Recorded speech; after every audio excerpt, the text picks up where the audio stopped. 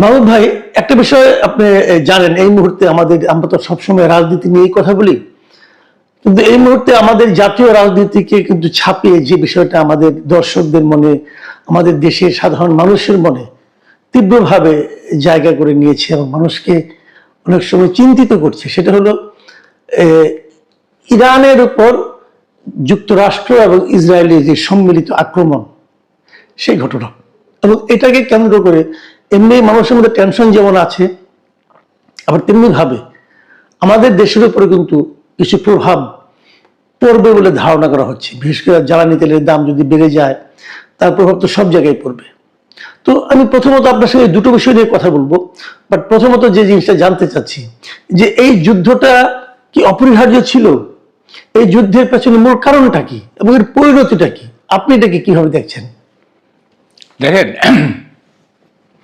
প্রথমে আমি একটু ইংরেজি ব্যবহার করে শুরু করি। সেটা হচ্ছে যে নাথিং ইজ মোর টেরিবল দেন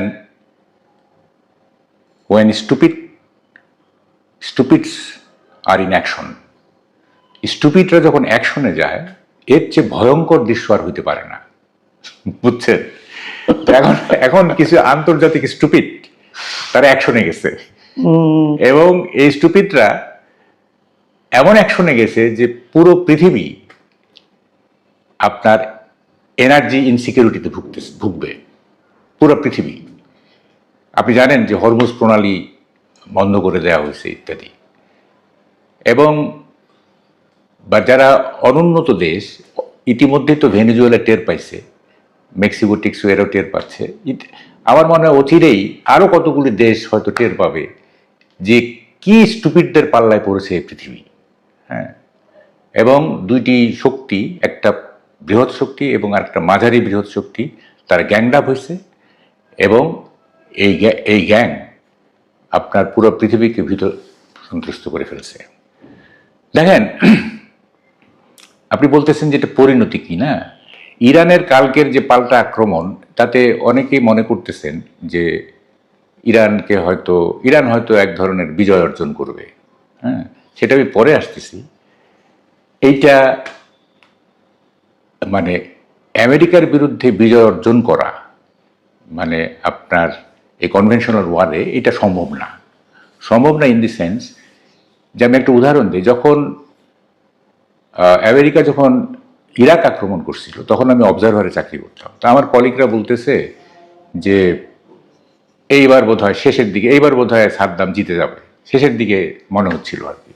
তখন আমি বলছিলাম তাদের, দেখো, 1400 ইউনিভার্সিটির দেশ এবং এমআইটি সহ দেশ এই কয়েকটা মানে রদ্দিমার্কা ইউনিভার্সিটির দেশের সঙ্গে হাঁটতে পারে না। এটা অ্যাবসার্ড ব্যাপার। তারা যদি হিউম্যান ক্যাজুয়ালিটি অ্যাভয়েড করতে চায় আমেরিকা, তাইলে সময় লাগবে। বাট যদি তারা মনে করে যে না, মানুষের জীবন কি হয় হোক, তাইলে এটা 2 ঘন্টার ব্যাপার। এয়ার স্ট্রাইক করবে, বাগদাদের পতন হয়ে যাবে। সুতরাং এই চিন্তা করে লাভ নাই। হ্যাঁ, আমেরিকা জ্ঞান বিজ্ঞানের চর্চা করে করে দুটি বিষয়ে মানে সবচেয়ে বেশি উৎকর্ষ সাধন করছে, সেটা হচ্ছে সমরবিদ্যা এবং চিকিৎসাবিদ্যা। সুতরাং সাদ্দাম পারবে না। কেমন? আমি যখন বস্টনে গেছিলাম, তখন আমি হারভার্ড দেখে আমরা এমআইটিতে যাচ্ছি আমার গাইড সহ। জি। তো আমার গাইড এমআইটিতে ঢুকতেছি, তা আমি বুঝতে পারতেছি না কোথায় ঢুকতেছি। তা আমি গাইডকে জিজ্ঞেস করলাম, এটা কোথায় ঢুকতেছি ভাই? তো বললো যে কাজ হয় এখানে, ঠেলা বুঝে সাদ্দাম। মানে এমআইটিতে যে সমস্ত গবেষণা হয়, এগুলোর ঠেলা বুঝে সাদ্দাম।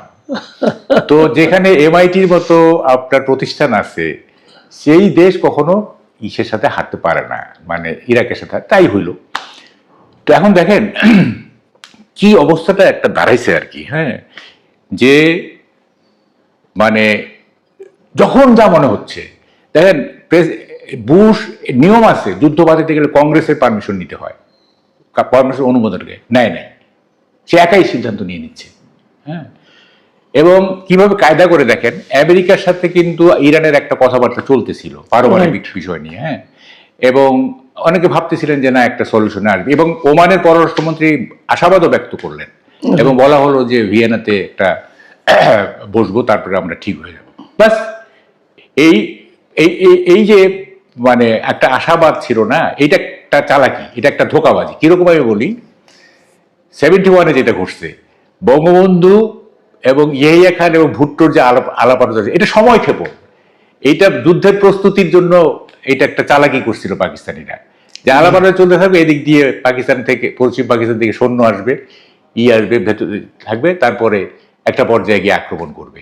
এই যে ডায়ালগের নামে একটা প্রতারণা হয়েছিল, এখানেও তাই, আলাপ আলোচনা চলতেছে, কি কারণে, যে টোটাল প্রস্তুতি নিয়ে ইরান আক্রমণ করা হবে, বুঝছেন, এটাও একটা প্রতারণা ছিল আর কি। এবং এই যে মানে এককভাবে ট্রাম্প সিদ্ধান্তগুলো নিচ্ছে, বার্নি স্যান্ডার্স তো বলতেছে, আপনি জানেন বার্নি স্যান্ডার্স একটা মানবতাবাদী আমেরিকান, তাকে নমিনেশন বঞ্চিত করা হয়েছে।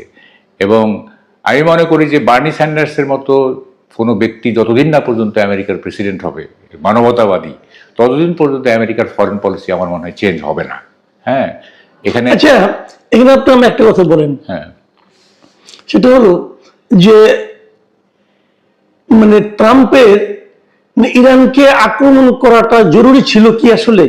মোটেই কি উদ্দেশ্যে সে কাজটা মোটেই জরুরি না। আপনি ধরেন ইরাকে যে আক্রমণ করছিল, এটা তো তারা ম্যাস ডিস্ট্রাকশন ওয়েপন আছে, এরকম একটা অজুহাত দিয়ে তুলছে না, পরে তো দেখা গেল কিছুই না, রাইট? তাই না? পরে তো দেখা গেল কিছুই না। তার অ্যাকচুয়ালি মানে মানে কি বলে যে ওই আমেরিকা আসলে একটা অয়েল কোম্পানি, বুঝছেন, অর্থাৎ যেখানে তেল আছে সেইখানে হচ্ছে আপনার তাদের একটা চোখ পড়বে আর কি। It's is nothing but oil company.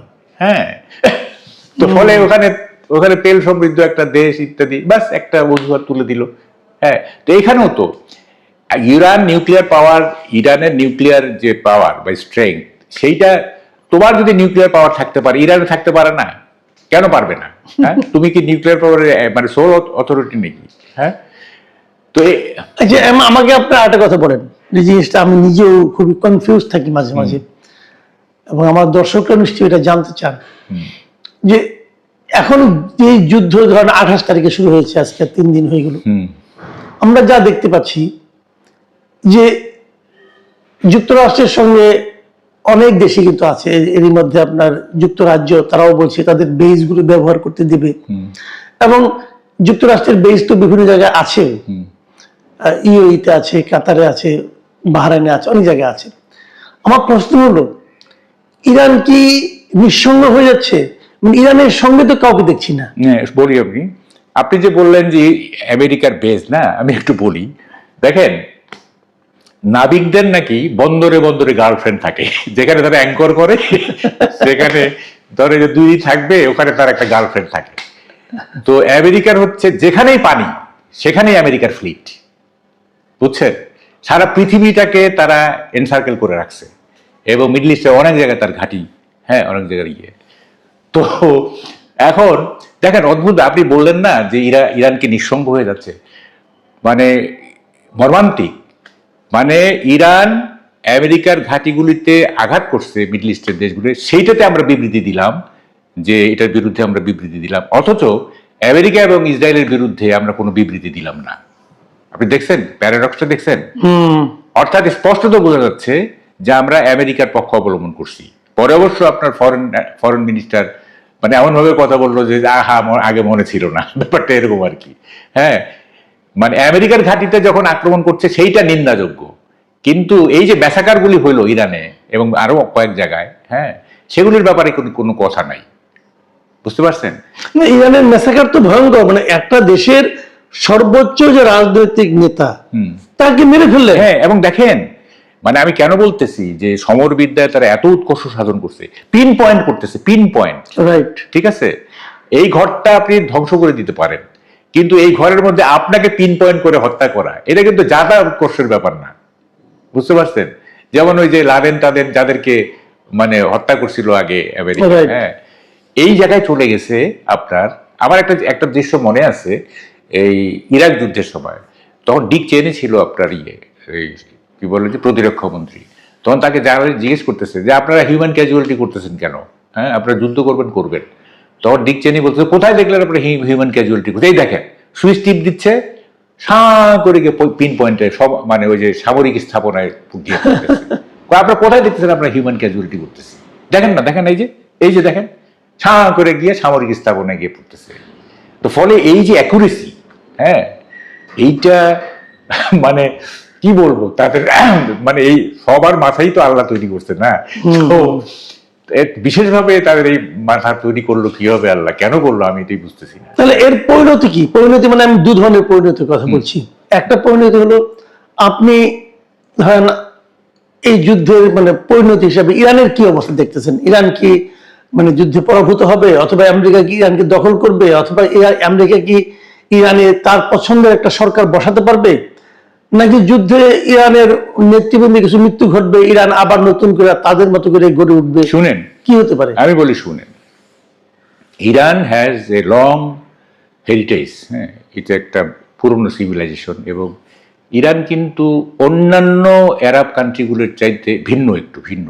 আচ্ছা। আপনি দেখবেন, যেমন ধরেন ইরানের ফিল্ম না, হ্যাঁ, দেখবেন একেবারে আর্টিস্টিক এবং একেবারে এটাকে কি বলে যে এস্থেটিক ফিল্ম কিন্তু ওখানে হয়, হ্যাঁ, এবং মনেই হয় না যে এটা একটা ইসলামিক কান্ট্রি, ওদের যে ফিল্ম ইন্ডাস্ট্রি।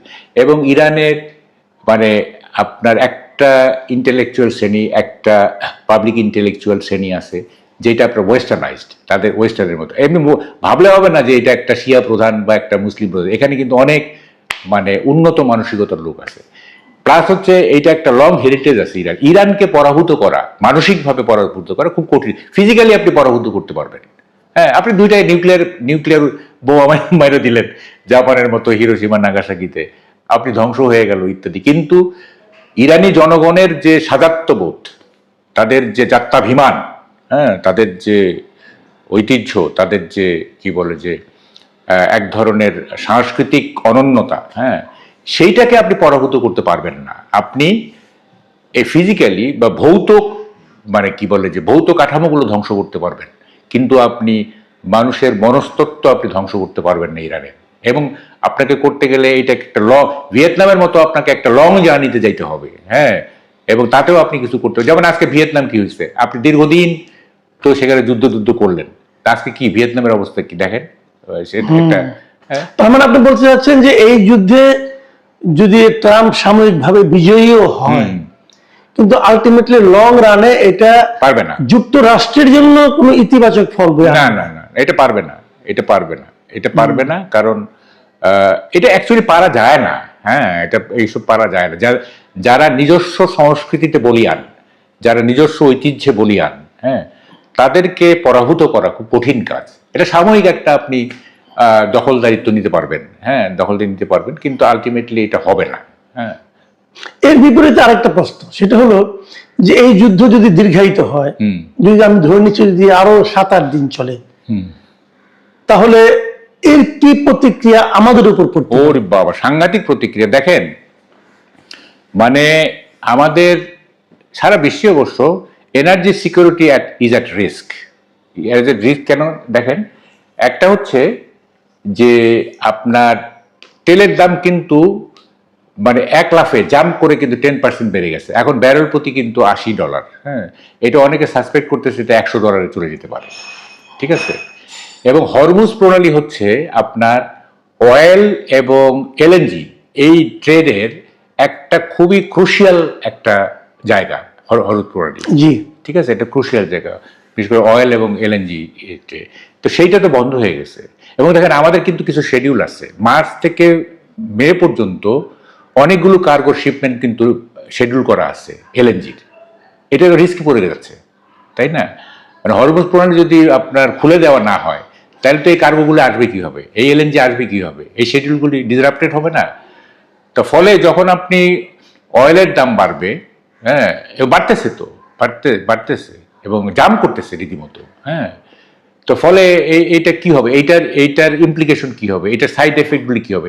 অয়েলের দাম বাড়া মানে হচ্ছে আপনার এসেনশিয়াল কমোডিটির উপর এটার প্রভাব পড়া, রাইট, ঠিক আছে, এসেনশিয়াল কমোডিটির প্রভাব পড়া, এবং মানে এন্টায়ার এনার্জি সিকিউরিটিটা আপনার ডিসরাপ্টেড হয়ে যাবে যদি এই যুদ্ধ বেশি দিন কন্টিনিউ করে, এবং মানে হরমুজ প্রণালী সহ অন্যান্য জিনিসগুলি যদি স্বাভাবিক অবস্থায় ফিরে না আসে। এবং আমি বলি কি, এই অবস্থার মধ্যে আমাদের অনেক কিছু করণীয় আছে, হ্যাঁ, এটা বলবো এটা? জি প্লিজ বলেন হ্যাঁ। শুধু একটু শেষ আমাদের করুন। এখন দরকার হচ্ছে কি জানেন, জি। একটা টাস্ক ফোর্স গঠন করা, একটা টাস্ক force, ফোর্স আচ্ছা। প্রধানমন্ত্রীর নেতৃত্বে। সেই টাস্ক ফোর্স সবকিছু মনিটর করবে। ওকে, কিরকম মনিটর করবে? একটা হচ্ছে যে মিডল ইস্টে যারা রিস্ক জোনে আছে আমাদের প্রবাসীরা, কিছু সেফ জোন নিশ্চয়ই আছে, কিন্তু যারা রিস্ক জোনে আছে তাদেরকে রেস্কিউ করা। আচ্ছা, এবং এটা রেস্কিউ করতে গেলে এই টাস্ক ফোর্স ওই সব দেশের যে দূতাবাসগুলি আছে তাদের সাথে যোগাযোগ রাখবে এবং কিভাবে ঝুঁকিপূর্ণ এলাকাগুলি থেকে আমাদের রেস্কিউ করে। আমরা কিন্তু এগুলো আগে করছি, ইরাক যুদ্ধের সময় কিন্তু আমরা নিয়ে আসছিলাম। ইভেন 2011 সালে যখন গাদ্দাফির পতন হইল তখনও কিন্তু আমরা ওখান থেকে অনেককে ফেরত নিয়ে আসছিলাম। তো এখন ধরেন যে ঝুঁকিপূর্ণ যারা আছে তাদেরকে ফেরত নিয়ে আসা এক। 2 নম্বর হচ্ছে আপনার এই যে তেলের দাম বাড়ার কারণে বা অন্য যে কোনো কারণ হোক আমাদের যাতে এই নিত্য পণ্যের বাজার অস্থির হয়ে না ওঠে, কারণ এখানে তো অসৎ ব্যবসায়ীর কোনো মানে সংখ্যা নিরূপণ করা যায় না। অসংখ্য সিন্ডিকেট আছে এবং অসৎ ব্যবসায়ী আছে, তারা একটা সুযোগ নিবে। এটা একটা মানে যত না বাড়ানো যেতে পারে তার চেয়ে বেশি বাড়ায় দিবে আর কি। হ্যাঁ, কারণ এটা সুযোগ সন্ধানী থাকবে। তো এই সিন্ডিকেটগুলিকে কন্ট্রোল করা, বাজার নিয়ন্ত্রণ করা, তারপরে এই আইওএর সাথে যোগাযোগ করে, ইন্টারন্যাশনাল অর্গানাইজেশন অফ ইমিগ্রেশন, তাদের সাথে যোগাযোগ করে ওই ঝুঁকিপূর্ণ এলাকা থেকে আমাদের প্রবাসীদের ফেরত আনার একটা ব্যবস্থা করা। আমাদের শ্রমবাজার যাতে ঝুঁকিপূর্ণ না, মানে ঝুঁকিতে না পড়ে এই কি বলে যে মিডল ইস্টে, সেটার একটা আপনার কি বলে যে ইয়ে করা, ব্যবস্থা নেওয়া। কারণ আমাদের দেখেন আমাদের রেমিটেন্স তো হচ্ছে আমাদের একটা অর্থনীতির একটা অন্যতম, তাই না? এটা তো অনেক ক্ষতিগ্রস্ত হয়ে গেছে। রেমিটেন্সের বিরাট, যেমন আমরা গত 18 মাস ভালো ছিলাম অর্থনৈতিকভাবে, তেমন কোনো বড় ধরনের দুর্গতি হয় না। এটার একটা বড় কারণ কিন্তু রেমিটেন্স। হ্যাঁ, তো ফলে এই রেমিটেন্সের একটা ঝুঁকিতে পড়বে, সেইটা কিভাবে মোকাবেলা করা যায়, মানে প্রত্যেকটা বিষয় হ্যাঁ একটা টাস্ক ফোর্সের আওতায় আনতে হবে। এবং টাস্ক ফোর্স প্রধানমন্ত্রীর নেতৃত্বে হোক বা যেভাবে হোক, মন্ত্রণালয়গুলির একটা কোঅর্ডিনেশনের মাধ্যমে হইতে পারে। হ্যাঁ, একটা টাস্ক ফোর্স, তারা এগুলো